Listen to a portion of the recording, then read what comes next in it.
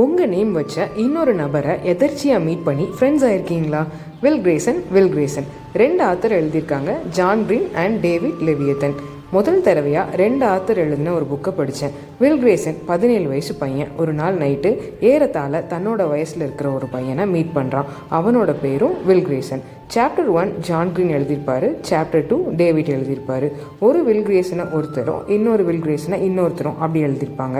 இந்த புக்கை நான் சூஸ் பண்ணதுக்கான ரீசன், இதுக்கு முன்னாடி ஜான் கிரீனோட ஃபால்ட் இன் அவர் ஸ்டார்ஸ் படிச்சிருந்ததால் அதை வச்சு இந்த புக்கை வாங்கியிருந்தேன். ஆனால் எனக்கு இந்த புக் ஏதோ எமோஷனலாக கொஞ்சம் கனெக்ட் ஆகலை அப்படின்னு தோணுச்சு.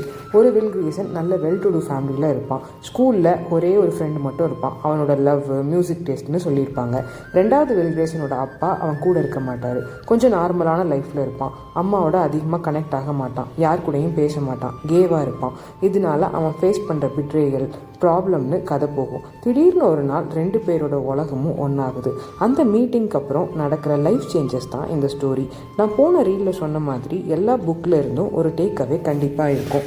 இந்த புக்கில் ஒரு சீன் வரும். வில் கிரேசன் 1 தன்னோட ஃப்ரெண்டு தனக்கு அட்டென்ஷன் தரல, அவன் லைஃப்பில் இவன் இம்பார்ட்டன்ட் இல்லை அப்படின்லாம் நினச்சிட்ருப்பான்.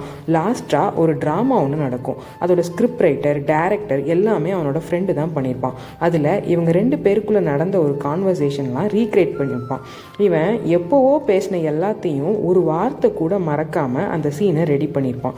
அப்போ தான் எனக்கு ஒரு விஷயம் புரிஞ்சுது. நாம் மற்றவங்களோட லைஃப்பில் என்ன ரோல் ப்ளே பண்ணுறோம் அப்படின்றது நமக்கு தெரியாது.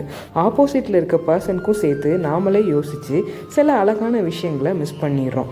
நட்போ காதலோ ஒரு நபரை அவங்களோட இயல்பில் அக்செப்ட் பண்ணிக்கிறது தான் அந்த உறவுகளோட அழகே. வேறொரு பதிவில் பேசலாம். இப்படிக்கு அன்புடன் வாசகி.